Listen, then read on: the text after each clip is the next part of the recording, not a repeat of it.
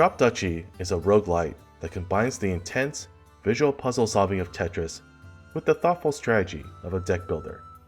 In this video, I'm putting together a tier list of the building and technology cards available in the progress tree. If you're still new to the game, I highly recommend checking out our 2 beginner guides first. One covers 10 essential tips, and the other breaks down the 5 factions available in the current patch of 1.2.19. I'm Marvin, and welcome to Buddy Up Gaming.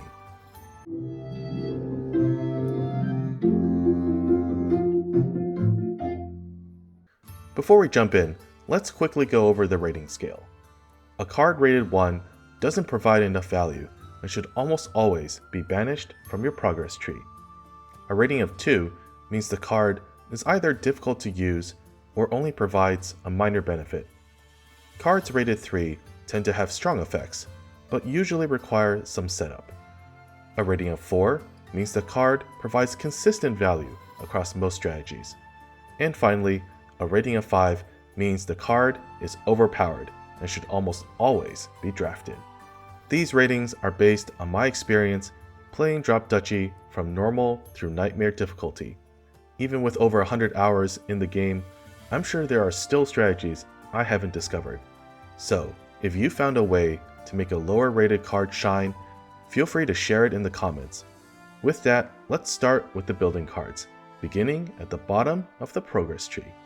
Building cards received greater scrutiny in this assessment because you have a limited number of slots to use them. You should prioritize production buildings that address your immediate resource needs or help you stockpile resources for the long term. You'll also need to set aside enough slots for military buildings that can help you progress through the act without losing too much defense. How many troops you need to recruit to achieve that varies depending on the difficulty level. On hard, 60 troops is a good benchmark for the endgame. On nightmare, you should aim for at least 80, but preferably above 100. The town has exploration yields for all terrain squares in its row when it's explored. Exploration yields can really add up in the early game, but eventually you'll gather resources more efficiently from using production buildings or a faction's unique mechanics. As such, taking this card in the early game isn't terrible when you're playing on lower difficulties, but on higher difficulties, you'll need that building slot for military buildings to handle the larger enemy garrisons. The town gets a 2. Exploited lands provide 20 to 60 food when explored. This is huge for the duchy, who uses food to unlock building slots, but you still get a lot of value when using it with other factions. It's harder to use in the early game on higher difficulties because you desperately need that slot for more military buildings, but its yields scales well into the late game, so keep it handy. Exploited lands gets a 4. A windmill provides 5 to 10 food for every connected field, and really only makes sense for the duchy. Getting a windmill early on can help you ramp up food and unlock your building slots more quickly. Its effect is maximized when placed next to a large continuous segment of fields, which is what you should already be aiming for to recruit more troops out of your watchtowers. Once you've collected enough food for your upgrades, you'll want to swap it out for a military building. The windmill gets a 3. The training camp sends 12 to 18 troops to military buildings aligned to its long edges. I find it impractical.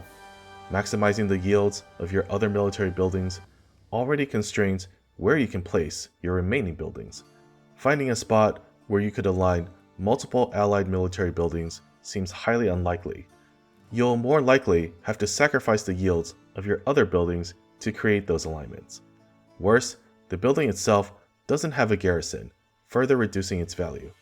The only scenario I can envision using training camp effectively is to swap it in for a stone circle and align it to 4 cairns, which only makes sense if you want to forego resource collection that round and focus entirely on maximizing recruitment to defeat the enemy. Regardless, I'd definitely give the training camp a 1. The horse stable recruits 3 to 6 troops based on the number of tiles between itself and its nearest building. The ideal placement is vertically on the edge in 2 rows with no buildings. I've never used the card, but I don't think you could produce that result consistently. Setting up your other buildings optimally almost always means there's a building somewhere in every row. The one exception might be if you draft planification and place the horse stable at the very start. I think that's way too much hassle, so I give the horse stable a 1. The alarm tower recruits 10 to 20 troops for every military building aligned to it, which is basically the opposite effect of the training camp. While that is a more useful effect, the card still suffers from the same problem as the training camp, and that is finding military buildings to align it with. The alarm tower gets a 1. The siege camp removes 8 to 16 troops from enemy buildings within a range of 2. I've never used this card, but I don't expect you can consistently get a ton of value out of it. To get the most out of this card, you'll want to clump all the enemy buildings close by, but that assumes you can fit them together neatly and fill in any gaps with terrain that isn't going to trigger a recruitment.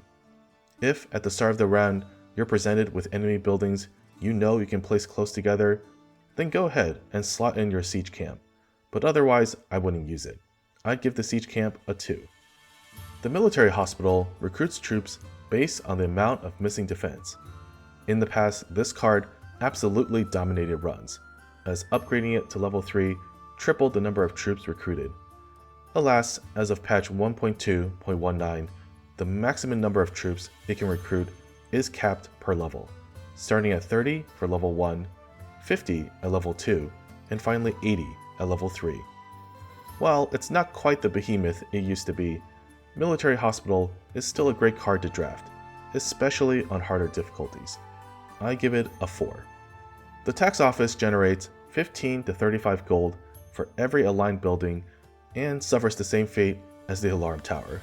Specifically, aligning buildings to the tax office makes it harder to optimize the yield of those other buildings. More importantly, there are other great options for generating gold, like using the bridge, the No Mercy technology card, or simply playing solid combat rounds and converting larger numbers of leftover friendly troops. The tax office gets a 1. Charcoal kilns generate gold for every adjacent forest square, with an additional bonus if you manage to fully surround it with forest. Obviously, this card relies heavily on having plenty of forest tiles, so realistically, you'd only really be using this while playing the tribe. It's a great fit though, as the tribe doesn't have any unique ways of generating gold. I'd give it a 3. Barracks recruit 2 to 4 troops for every 20 gold earned during the round. I've never used this card, but it seems challenging to consistently recruit a large number of troops. Applying a level 3 bridge to a round with 8 connected water pieces yields around 300 gold from the bridge and exploration yields, leading to a total of 30 to 60 troops. It's respectable for a best case scenario, but you have to be very careful on maximizing your river network every round. I'd give the barracks a 2. The strategic pavilion recruits 8 to 16 troops whenever other military buildings are placed adjacent to it. With its 1x3 dimension, you can easily place multiple buildings adjacent to it. Enemy military buildings make excellent candidates, unless they're also a strategic pavilion or an alarm tower. However, using your own buildings comes with the risk of not being able to maximize their own recruitment potential. The strategic pavilion gets a 2. The fishery generates 12 to 25 food for every connected river square beyond the first 12 squares. Once your river network exceeds a certain length, the fishery outperforms your standard watermill. However, unlike the watermill, it won't extend your river network. If you're comfortable maxing out the size of your river network, then definitely use this card over the watermill. I'd give the fishery a 3. The river quarry generates 5 to 10 stone for each connected river square once you've connected at least 15. It's the only card that can collect stone from rivers. However, all the good cards as of the 1.2.19 patch don't require much stone to upgrade, if any at all. Unless you've left behind mountains and don't have any other way of collecting stone, then I'd save that building slot for something else. I'd give the river quarry a 2. Fertile Grounds gives a rather interesting effect. When explored, it provides 4 to 12 food, wood, and gold across each of its 4 squares. and the piece itself is considered as a plain, forest, and river. Using this card essentially allows you to increase the effects of chaining terrain for production and military buildings, while also providing a decent resource yield. Just make sure you don't place it near enemy buildings that recruit off those terrains. I'd give Fertile Grounds a 4.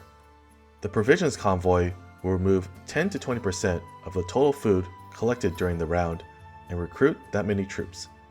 I've only used it in one run to get an achievement, and I felt it didn't perform well without the right support to maximize food yield.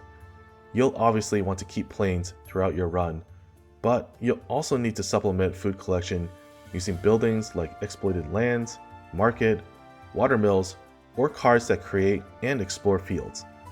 I'd give the Provisions Convoy a 3. The Forager Hut provides 4 to 10 gold for each connected forest square that is fully surrounded by forest. I've never used this card, and honestly, that requirement sounds exhausting. Creating several fully surrounded squares requires at least 3 to 4 adjacent pieces, and you'll break your forest network as soon as you need to place any adjacent piece that isn't that terrain type. I'd give the Forager Hut a 1. The Place of Arms comes with a garrison of 10 to 20 units and then gains 50 to 200% of any troops sent to it. There is no point in drafting this card unless you already have mechanisms in place to send it troops, so the Place of Arms likely makes a nicer addition later in your run. With 2 Fluvial Guards, you can draft up to 96 troops, which works very nicely even on Nightmare difficulty. I'd give the Place of Arms a 3. The Arrow Maker sends 1 troop to every ranged military building for every 10 to 20 wood collected during the round. You wouldn't draft this card unless you already had other ranged military buildings like the Watchtower or Bastion. The level 3 upgrade is horrendously expensive, so a level 2 Arrow Maker alongside 3 other ranged military buildings would require 300 wood to be collected in the round to send out 60 troops. That's definitely feasible with a sawmill or wood clearer and some exploration yields, but it's definitely a lot of setup. I'd give the Arrow Maker a 2. The bridge collects 3 to 7 gold for every connected river square once you've achieved a minimum network of 15. Like the sawmill and watermill, the bridge also extends your river network. Rivers inherently provide gold when explored, so the bridge isn't absolutely essential if you're running a strategy around rivers. Still, many great cards take quite a bit of gold to upgrade, so I would prioritize grabbing this card, as it's by far the most efficient way of amplifying your gold collection. I give the bridge a 4. The River Castle recruits 1 to 3 troops for every connected river square once you've achieved a minimum network of 15. You would only draft this card when using a river-based strategy for your run, but even then, using it is a high-risk, high-reward strategy. Take the bridge as an example. If you don't end up building a river network as long as you originally anticipated, all you lose out on is some gold. But if the same happens with your river castle, you're suddenly down a whole bunch of troops that can easily mean the difference between surviving and failing a round. It's particularly challenging to play the Fortification Act 2 boss, as war chariots can very easily transform your river squares into wasteland and break your network.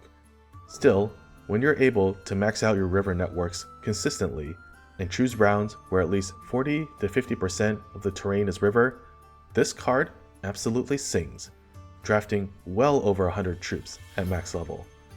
I give the River Castle a 3. The Herborist transforms nearby plains into forests and provides 2 to 3 defense for each transformed square. Its value really depends on your playstyle. If you're playing on a low enough difficulty level that you can comfortably complete rounds with barely any damage to your defense, then this card doesn't have much value unless you're pairing it with a Diplomacy Tech card to earn gold. On the other hand, if you're pushing yourself at a higher difficulty level and are consistently losing decent chunks of defense, then this card is your best friend. Using gold to replenish defense gets extremely expensive at higher difficulties, and you'll only encounter locations where you can replenish defense for free maybe 1 to 2 times per act. Instead, at level 1, Herborist already begins with a range of 2, which means a fully saturated placement will transform 16 squares, replenishing 32 defense, or almost half your health. At level 3, that cap increases to 90, which means you don't even need to achieve perfect placement to gain almost all your defense back. This card synergizes particularly well with the North faction. By replenishing your defense every round, you can also take damage every round to maintain a high fury meter. It's one of 2 cards that anchor my playthroughs on Nightmare difficulty. I definitely give the Herborist a 5. 5Bs! Thanks, Miriam. The guardhouse recruits 25 to 60 troops if there are no natural terrain pieces adjacent to it. Consistently meeting the requirement criteria for the guardhouse requires support from the planification technology, which would allow you to play the guardhouse at the start of every round. Even then, you'll have to hope there are other buildings early enough in the queue to fully surround it. 25 troops at level 1 is decent, but 60 troops at level 3 is pretty pitiful. Honestly, it's just not worth the effort. I'd give the guardhouse a 1. The Veterans Hall recruits 20 to 30% of the troops that were recruited last round, excluding what was gained by the Veterans Hall itself. If you're managing to recruit a decent amount of troops with only a few military buildings, adding the Veterans Hall can help you get over the top on reliably winning your combat rounds. However, I wouldn't prioritize the Veterans Hall over a production building that could help you upgrade stronger cards. I'd give the Veterans Hall a 4. The Stronghold recruits 4 to 10 troops for each adjacent border or empty square. Maximizing recruitment for the Stronghold requires isolating the building from other pieces. Through luck or the planification card, you might get Stronghold early in the queue and can stick it in the corner. This way, you only have to worry about 2 of its 4 edges. Realistically though, you'll probably be forced to place pieces above and below the Stronghold, leaving you with only 16 to 40 troops. Stronghold is pretty awkward to work with, so I'd only give it a 2. The Seminary provides 3 to 5 faith when placed next to a religious building. I've used this building a few times while playing the Order, and personally I prefer to stick with the Church. The Church provides only 1 less faith than the Seminary and doesn't have any placement requirements. So with that, I'd give the Seminary a 1. The Church Tither provides food, wood, and gold in the amount of 3 to 7 times your faith. I've never used this card before, even when playing the Order. A 3x multiplier at level 1 isn't strong enough to deliver meaningful yields at the start of a run when you'll only be generating maybe 5 to 7 faith. You'll likely need at least 15 faith and a level 2 or 3 Tither to generate meaningful yields. If you're using the Order, I'd recommend sticking with a graveyard instead to generate more Crusaders and run the Pillaging Expedition. If you're using a different faction and can manage to hit that faith threshold without using up too many building slots, then I suppose the Church Tither could provide a decent resource supplement. Still, I'd give it a 1. The Monastery provides 1 faith and generates food equal to 10 to 20 times your faith that round. That is quite the multiplier, so this card definitely carries its own weight. That said, other than playing as the Duchy, I can't think of any common scenarios where you would need to focus on food that heavily. And as the Duchy, you'll have other means to scale food collection without needing to use up building slots to generate faith.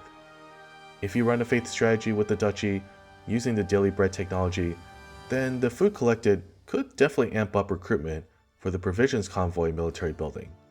So, with all that considered, I give the Monastery a 2. The Dispensary provides 1 defense for every 6 to 10 food gained during the round.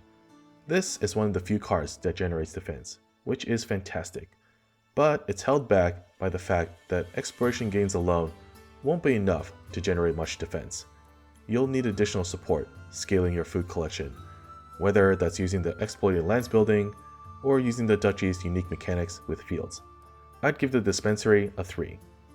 The Abbey provides 1 faith and generates gold equal to 10 to 20 times your faith that round. The Abbey makes a decent fit when playing as the Order. Typically, I stick with the Pillaging Expedition to gain the resources I need for upgrades, but Pillaging generates far less gold than it does with food and wood.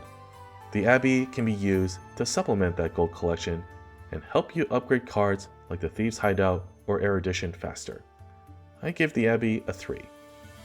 The Commandery generates 1 faith and recruits troops at the end of the round equal to 3 to 5 times your faith. This is by far the strongest military building when playing as the Order, but it'll take some setup, specifically the Cathedral, 1 to 2 other strong faith buildings, and the By the Sword technology card. Once your faith hits the 20s, the Commandery begins recruiting enough troops to trigger a positive feedback loop with By the Sword. You'll really be surprised at how many troops you can recruit this way, and it only helps if you're able to supplement recruitment with other standout buildings like the Thieves Hideout. One fantastic side benefit is that the Commandery is immune to the Dark Ritual from the Basilica boss at the end of Act 3, as troops aren't recruited until the end of the round, and you'll likely gain more than the conversion threshold. While the Commandery can become one of the most overpowered buildings in the game, the setup requirements are quite steep, so I give it a 3. The Heretics Lair has a garrison of 25 to 60, but it will decrease your faith by 1 to 6 for every aligned building, friendly or hostile. The garrison size is decently large, but with its weird shape, it's really hard to avoid negative faith events, and stacking up negative faith will really stunt your resource generation. I don't think the large garrison is a worthwhile trade-off, so I'd give the Heretics Lair a 1. The Hermit's Cave provides 3 to 7 faith if it's placed adjacent to 2 mountain pieces. Otherwise, it causes you to lose 5 faith. I haven't really used this building, mainly because you wouldn't be able to generate faith until Act 2. It would require keeping mountains into Act 3. Any overpowered faith builds that I've ever executed relies on drafting the Cathedral card, and pairing the Cathedral with the Hermit's Cave would be extremely challenging, as you'd have to place both buildings adjacent to each other and still find a way to squeeze in 2 mountain pieces next to the Hermit's Cave. With that, I'd give the Hermit's Cave a 1. Military Chaplaincy provides 40 to 100 Crusaders when it's placed next to a religious building. It's heavily outmatched by the Crusaders Outpost, which is a starting card you don't even need to draft when playing as the Order. At level 1, that outpost provides 30 Crusaders for each adjacent terrain type, which translates to a reliable 60 to 90 Crusaders per round. Just leave the Military Chaplaincy banned. It gets a 1. Sacred Ground is a religious building that provides faith and also removes troops at the end of the round equal to your total faith for any friendly or hostile building within its range. At level 1, it provides 2 faith and has a range of 2. At level 2, that faith increases to 4, and at level 3, that faith increases to 6, and its range also increases to 3. Sacred Ground really shines in faith builds, especially if you're able to raise your faith generation into the teens each round. The only challenge is its huge range, which is great when you can clump together enemy buildings, but not so much if you're also stuck placing friendly buildings nearby. When playing with this card, you may want to section the grid into halves, placing Sacred Ground and enemy buildings in one half and your friendly buildings in the other. I'd give Sacred Ground a 3. The prison starts with a garrison of 25 at level 1 and goes up to 55 at level 3. However, you will lose this garrison if it's placed next to an enemy building with troops exceeding a certain threshold, which at level 1 starts at 30 but goes up to 60 for level 3. Keeping the prison away from enemy buildings with large garrisons is pretty easy to accomplish. In the earlier acts, the prison can definitely help you survive combat rounds, but it has a smaller upside, so I would work on replacing it by Act 3. I'd give the prison a 3. The Thieves Hideout recruits 10 to 20 troops for every friendly or enemy building placed within a 2 square radius. However, it will also remove 4 to 10 food, wood, and gold when you do so. Ever since the military hospital got nerfed in the 1.2.19 release, the Thieves Hideout has been my favorite military building to draft, especially on Nightmare difficulty. It is ridiculous how many buildings you can squeeze within its 2 square radius, especially if you're playing a faction with temporary buildings like the Tribe or the North. The only drawback is the resources you lose when triggering the recruitment condition. They definitely add up, so unlike the old military hospital, you can't simply play this card and go into autopilot mode.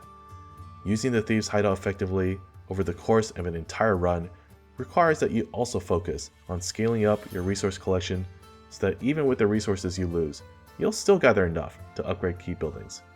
That said, its military potential is unparalleled, so I'd give the Thieves Hideout a 5. The supply line recruits 3 to 5 troops for every terrain square in its row, but it'll also remove 1 to 2 food, wood, and gold when you do so. This card can very much carry you through the earlier acts. Like the Thieves Guild, using the supply line also causes you to lose resources, but the impact isn't nearly as pronounced. However, the supply line also doesn't scale as well with recruiting troops, so you may need to switch it out by Act 3 if you're playing on Extreme or Nightmare difficulty. I'd give the supply line a 4. The Raider colony begins with a garrison of 30 to 70, but it'll also transform adjacent plain, forest, or river squares into wasteland, and removes 3 to 5 troops each time it does so. I've personally never used this card, but I've seen it leveraged beautifully in any percent speedruns of Drop Duchy. That strategy focuses on placing the Raider colony in an isolated spot and then stacking pieces to end the round prematurely. On lower difficulties, the Raider colony's mighty garrison size is actually sufficient to help players survive even boss rounds. In a normal playthrough, you'd need to surround the Raider colony with other buildings or wasteland. That isn't the hardest feat to accomplish reliably, but it's still a lot to ask for a max garrison size of 70. So I'd give the Raider colony a 3. Place a natural terrain piece next to the Pathfinders Guild, and it'll duplicate the piece and bring it to the top of the queue. Depending on the level of your guild, you can do this 1 to 3 times during the round.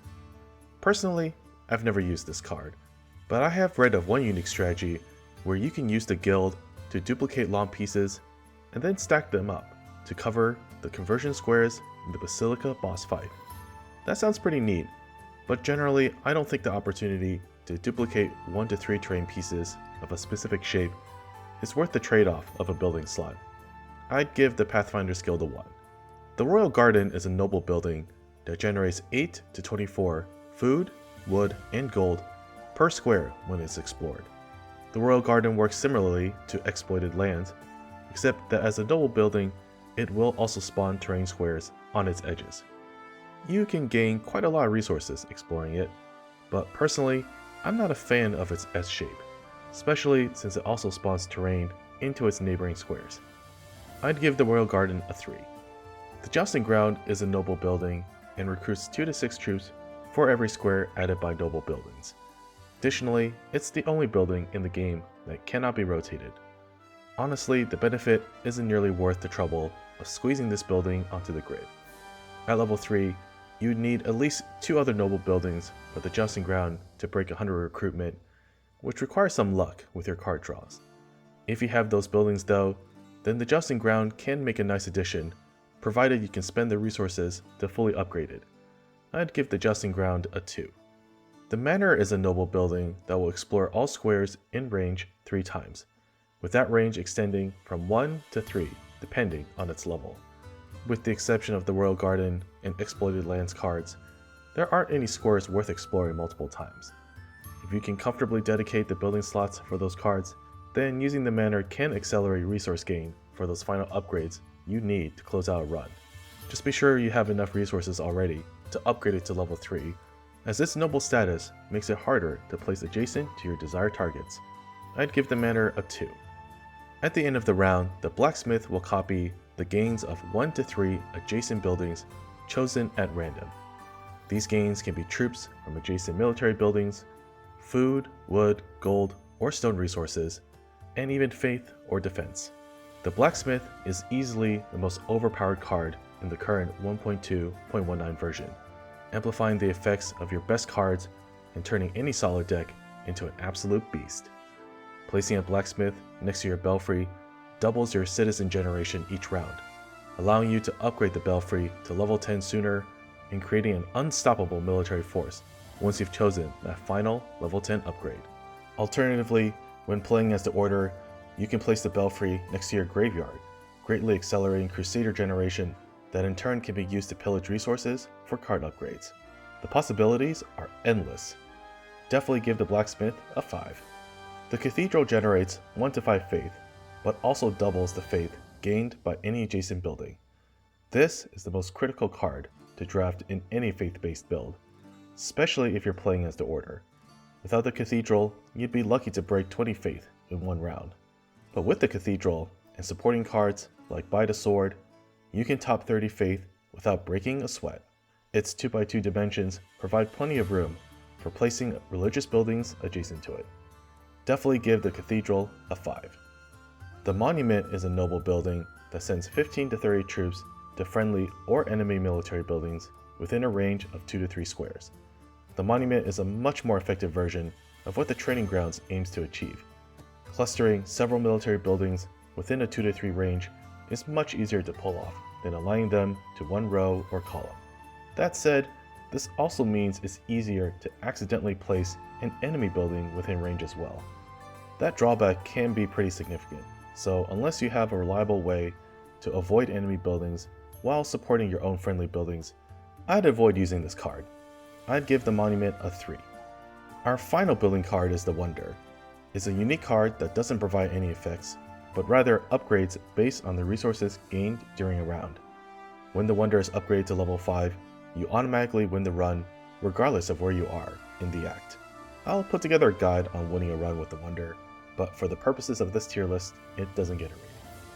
Technology cards are generally great to draft, as their bonus is automatically applied to every round, foregoing the need to dedicate a limited resource like building slots to use them. However, you still want to be mindful on banishing any cards you don't plan on using in a run. Otherwise, they can still clutter your draft, preventing you from finding the cards you need to successfully complete a playthrough. At level 1, clearing changes your first forest piece into a plain and provides 25 food. Level 2 converts it into a field instead and provides 50 wood, and at level 3 this effect is applied to the first 2 forest pieces. The clearing was clearly designed for the Duchy. Transforming 1 or even 2 additional pieces into fields can greatly increase the recruitment of watchtowers, and add to bonuses from buildings like the Windmill and Burgomaster.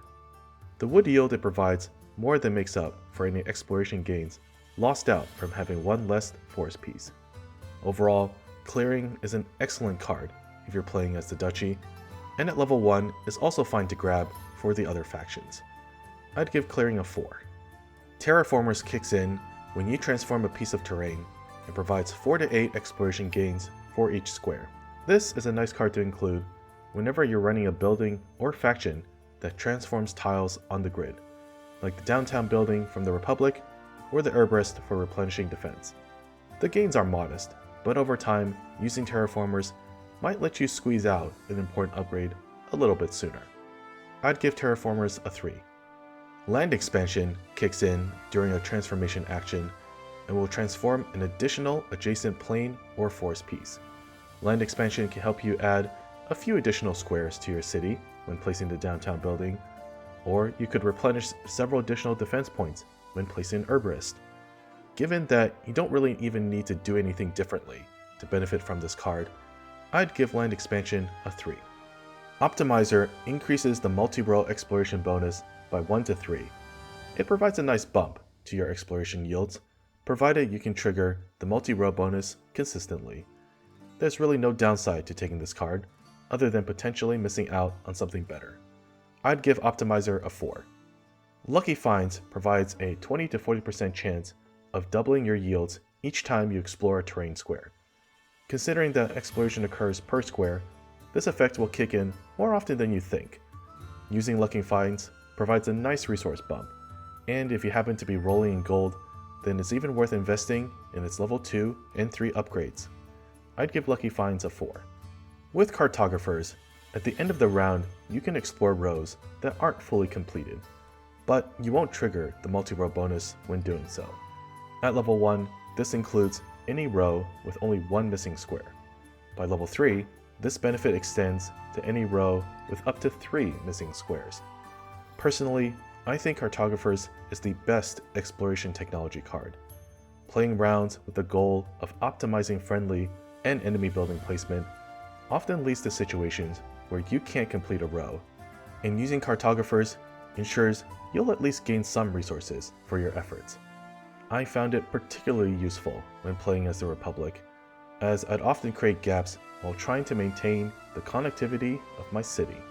Exploring neighborhood squares from incomplete rows often provides just enough citizen resources to help me snatch an important belfry upgrade one round earlier.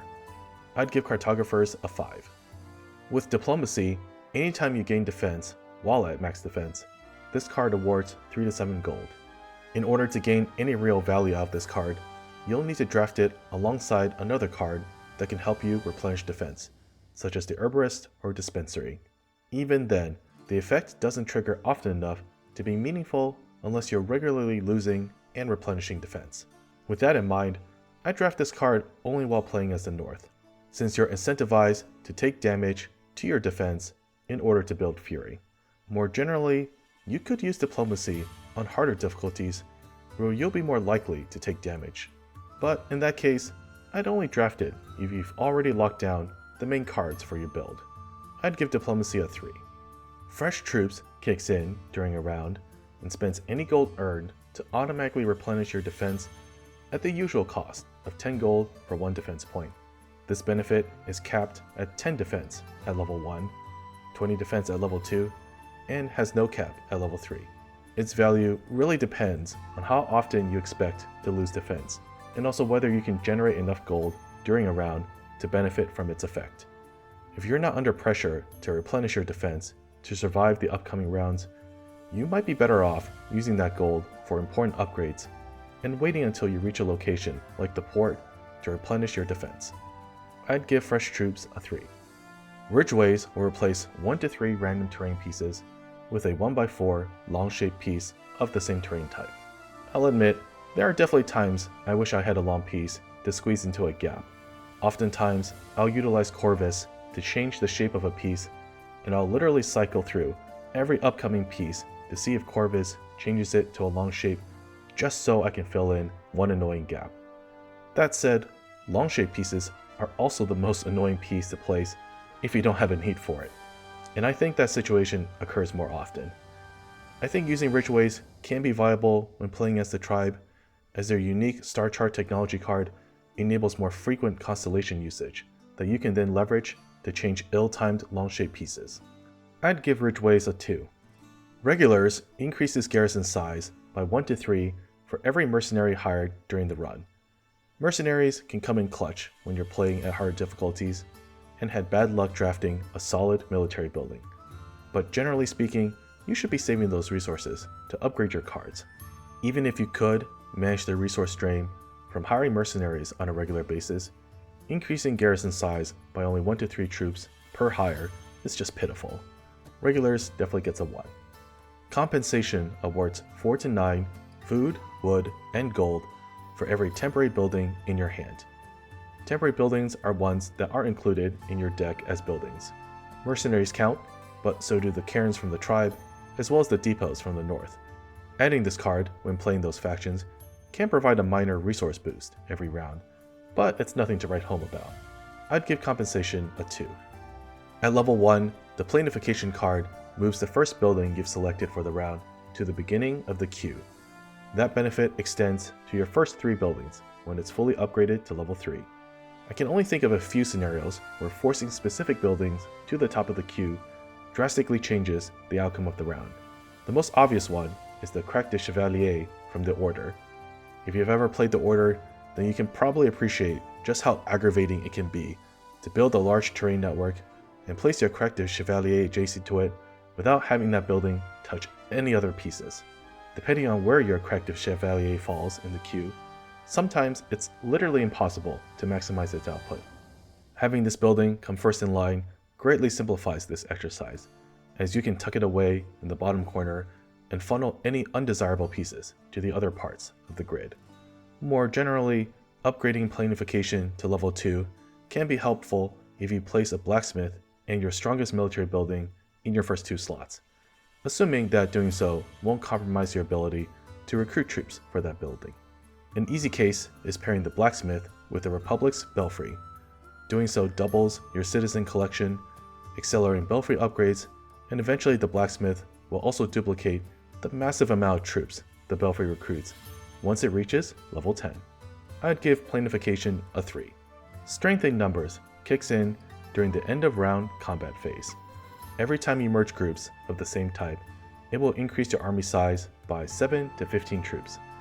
You can't use this card as a North, but otherwise it can greatly increase your recruitment if you happen to field groups that utilize the same types of troops. That situation might happen organically, but strength in numbers shines best when you can plan for it in advance. 2 ways to reliably leverage its effects are utilizing Fluvial Guard or the cairns from the tribe. Fluvial Guard sends troops to any friendly building connected to an adjacent river network, and recipients who don't recruit troops always receive heavy troops. That includes any river-based production buildings like sawmills, fisheries, and the like. For the tribe, simply ensure that every cairn is aligned to at least one other cairn, and you're guaranteed an additional 21 to 45 troops at the end of the round. I'd give strength in numbers a 3. Tactical advantage kicks in when you place 2 friendly buildings of the same unit type adjacent to each other. Depending on its level, tactical advantage will then provide 3 to 7 troops to each building. This card can provide a modest boost to your recruitment, but maximizing its gains may require cheesing the grid. Take for example the 2 situations I just described in the previous section, where using Fluvial Guard and the tribe's cairns can reliably produce groups of the same unit type. Even when you're consistently producing these results, typically you're not placing these buildings adjacent to each other. Instead, you're focusing on some other goal, like maximizing production yields. Maximizing the impact of tactical advantage then means foregoing those goals and optimizing for recruitment instead. For the tribe, that might mean stacking 4 cairns in a single column and foregoing the additional exploration yields provided by the stone circle. That isn't a strategy I'd utilize every round, but if those additional troops is what I need to survive combat, then yeah, I'd definitely go for it. I'd give tactical advantage a 3. No Mercy provides 100 to 200 gold at the end of the round if you do not have an enemy building in reserve. At extreme difficulty or higher, you're not allowed to place enemy buildings in reserve, so always get this card unless there's something better in the draft. Even if you're playing at lower difficulties, if you're confident you can win a round without leaving an enemy building in reserve, go ahead and place that final enemy building. The minimum 100 gold you'll receive from No Mercy will definitely exceed the amount of gold you'd earned from the leftover troops. I'd give No Mercy a 4. Isolation kicks in at the end of the round and will remove 50 to 100% of the troops for enemy buildings that are completely surrounded by mountain or border, but only up to a maximum of 100 troops. If there was a way to apply planification to enemy buildings and guarantee that they appear at the top of the queue, Isolation would easily get a 5. But alas, you're stuck with Lady Luck as to whether you can realistically surround enemy buildings with mountain or border squares. Using Isolation is a very high risk, high reward playstyle. If you happen to draw enemy buildings with a small footprint, then focus on funneling everything that isn't an enemy building or mountain to one side of the grid until you're able to fully surround 1 to 2 enemy buildings. If that plan fails, then you better hope what you cobble together can beat out the opponent, or else you'll need to quit the menu and restart the round. Regardless, you'll still need the ability to draft a sizable army, because on higher difficulties, the 100 troop limit means that Isolation cannot fully eliminate boss level garrisons. It's personally not my preferred way of playing, but using Isolation is a viable strategy once you've hit Act 2. I'd give Isolation a 2.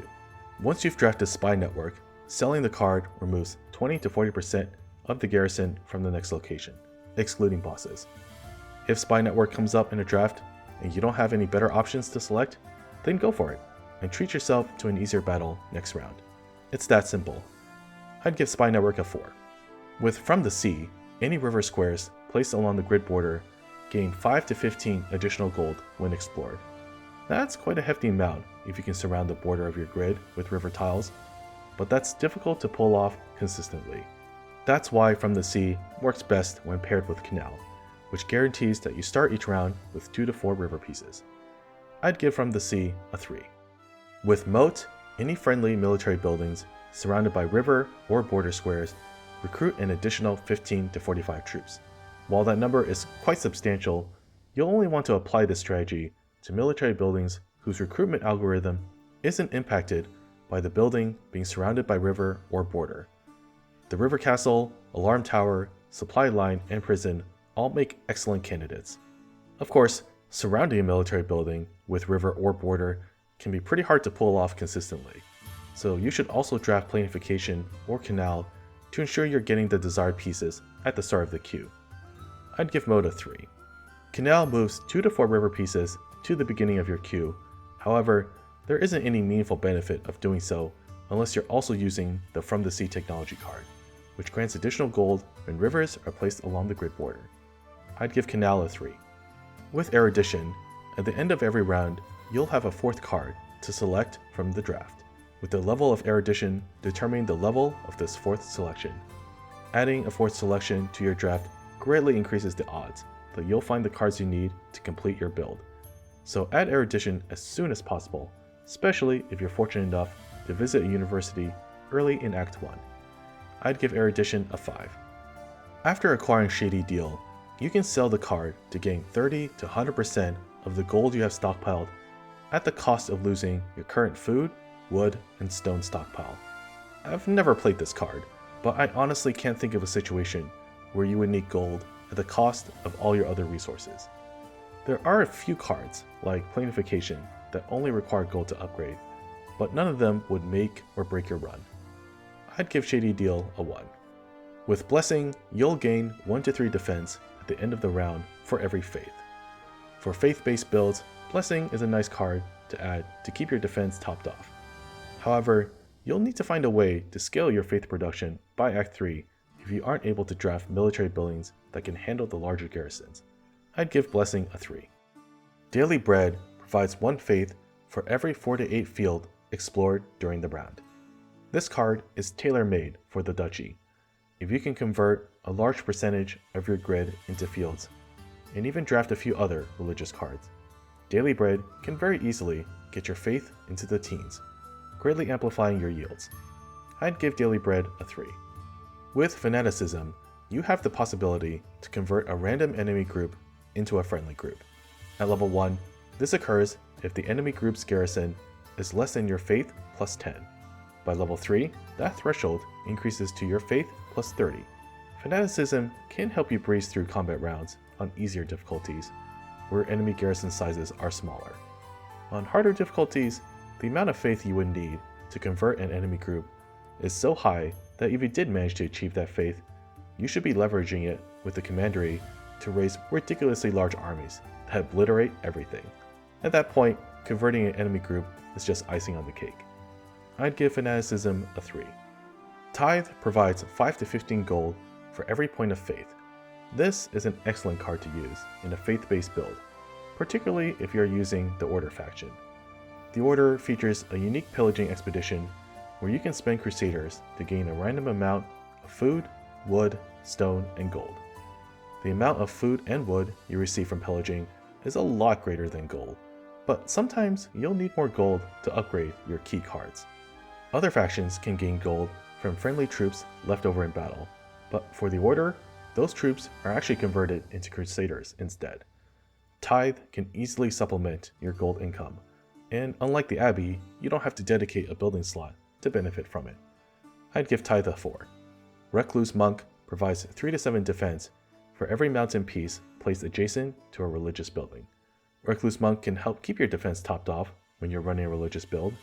In that situation, you're likely using at least 2 religious buildings.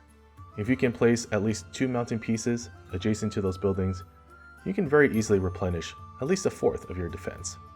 Ultimately though, you'll want to discard this strategy once you draft the Cathedral, as maximizing your faith output by placing religious buildings next to it provides a much stronger outcome. I'd give Recluse Monk a 3. Scavengers provides 5 to 10 stone and gold every time an enemy building loses troops. This card pairs really well with the Sacrificial Site and Law Court cards from the tribe.